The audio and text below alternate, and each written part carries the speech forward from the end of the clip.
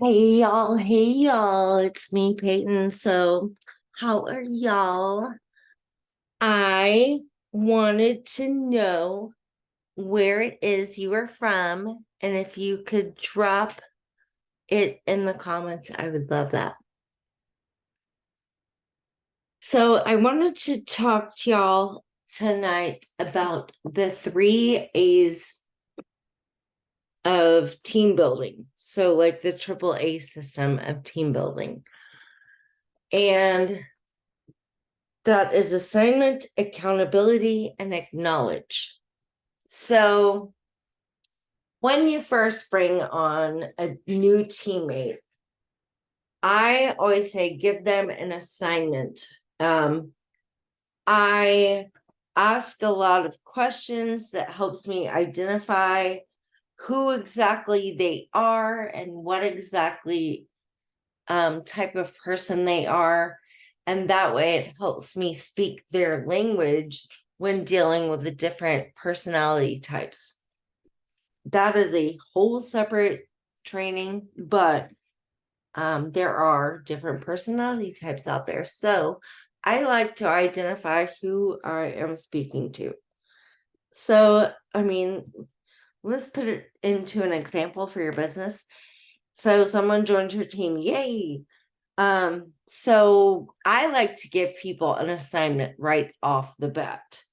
And this is, you know, this could be anything as small as I want you to take a selfie and send it to me with your makeup done. And that way I can make them a graphic with that picture for their cover photo. Like it's something so simple, or it could be, I need you to, you know, find a person to do your launch party, their house at, pick a date and tell me what date that is and give them a deadline. Um, I always say do it in like 24 or 48 hours. That way they kind of sweat a little bit and they like take action right away to get it done. I know other like, and that depends on the type of personality type they are as well. Those really aggressive personality types will try to get things done so that they can get them off that list.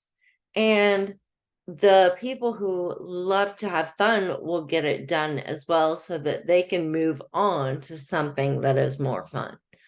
So the people you need to look out for with that is giving your super laid back um people too much time, because then they have a tendency to waste a lot of it. So if you gave somebody that was more supportive, like a 48-hour window, they'd probably actually start to take action at like hour 40.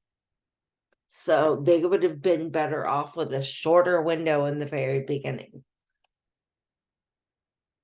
Um, I always have a running buddy too, and that is where the accountability for me comes into it. And I always try to keep people who are like-minded. Like I have 2 ladies who signed up around the same time, and I put them in a chat together because geographically they live under 2 hours from each other. So it makes sense geographically, one, and where they are business wise, two, to put them together and pair them up and let them fly and let them push each other.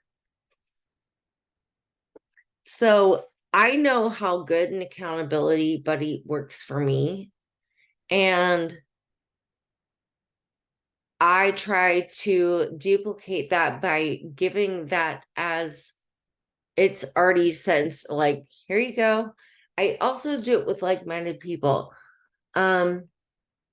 Like I knew one lady in one section of the US and I knew another lady in Canada, and I connected the two of them because they are very like-minded spiritually. So that has absolutely zero to do with business. But I just knew that they would get along and hit it off like peas and carrots, and they have. So accountability is a lot. And then acknowledgement.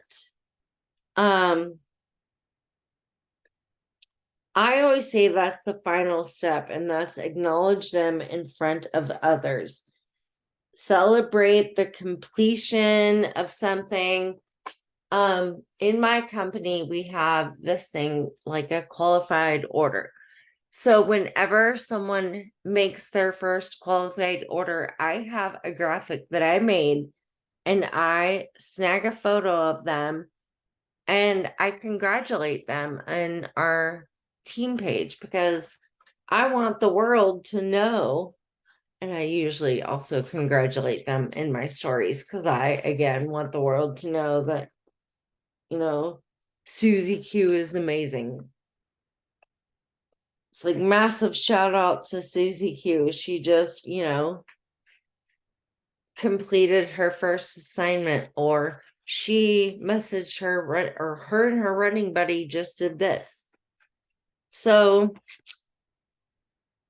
assignments, accountability, and acknowledgement.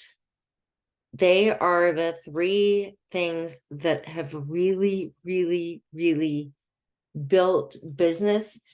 And I was actually speaking to someone tonight about my retention levels as a team builder.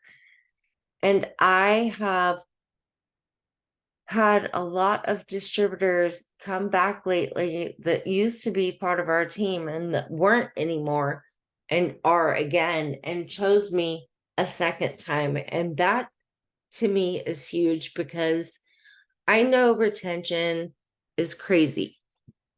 In just a regular brick and mortar business. So yeah, and that's where like people see people every day. Here I have like out of these over a handful of people have said that they're, I've had a handful return and I'm working on my second hand now. And they have a choice. I've never met a single one of them in person. Not a single one of them. And all of them are choosing to come back. That is huge.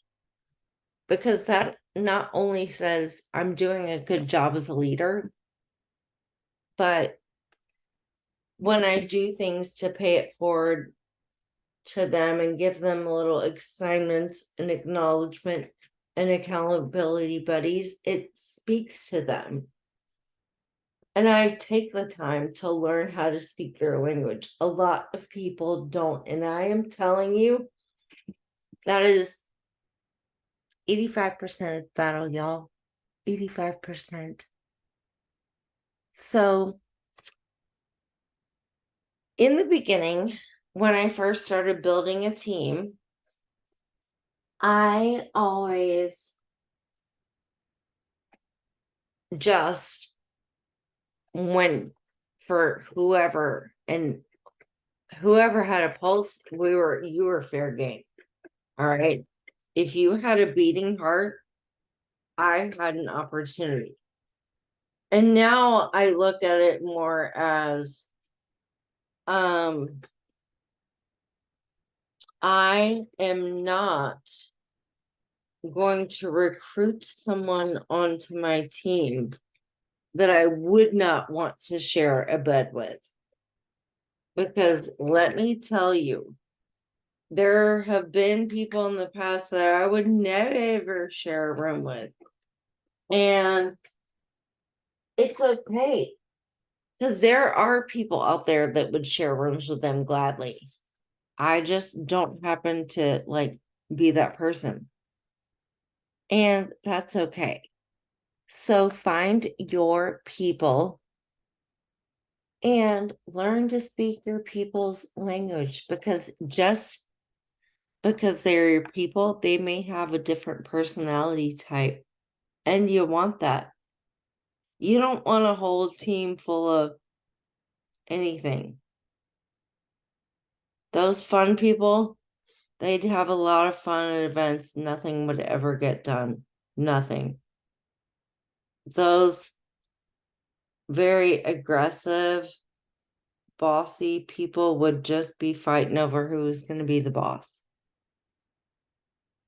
Those super supportive people would be upset that they were offering all this support and you were choosing somebody else's side or support. That's how they'd see it. So you don't want a whole team full of anything. You want to spread the love. And speaking of love, I'm going to leave it there, and I'm just going to tell y'all, I love y'all so much. And I know the way of the world is uncertain right now.